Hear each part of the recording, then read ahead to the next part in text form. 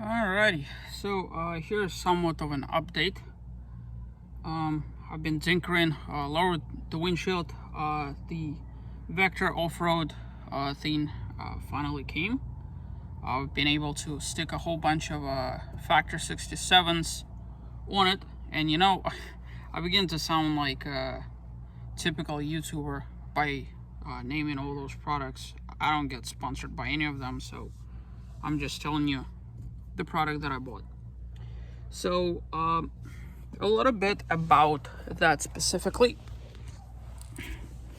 The philosophy is that based on how I was off-roading all that time in Colorado and Utah, there had to have been improvements. I wanted something a little bit more permanent and something with a little bit more oomph. So I apologize, it's kind of dark. You know what? Let me see if I could turn the lights on. Hopefully that will be a little bit brighter. All right. So over here to the left of the steering wheel, I'm gonna have my GPS unit. That's my Garmin 64SX, the one that I go hiking with, and the one that I've heavily relied on all of my adventures. This up here will be used for my phone. You just stick it in there and boom. This over here is for the second phone. I've actually, technically I have a need for two tablets. I know it's insane, but bear with me, there is a very good reason for that. One is for the Skydio 2 drone, which is all the way in the back there. And then another one over here potentially for DJI Mavic Air 2S. So I have not bought it. I've only bought one tablet mount.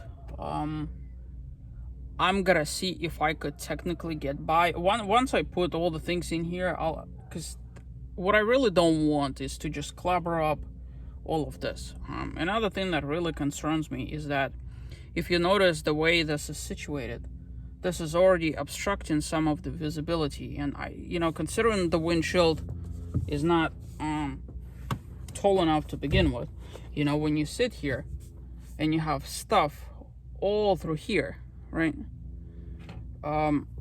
It's just, yeah. So I'm gonna mount everything and see how much of my visibility is obstructed. If it is, I think what I'm gonna be doing is actually dropping all the mounts by a smidge down,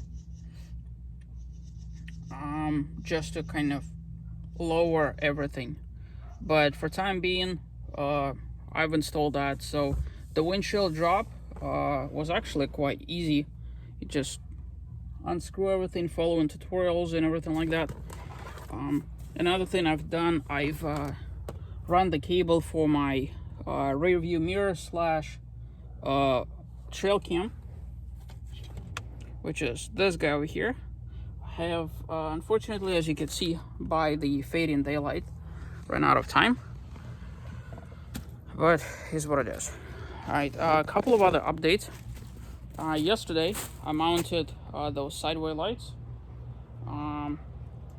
and took it out for a quick spin. So now, as mentioned in my previous video, I got far more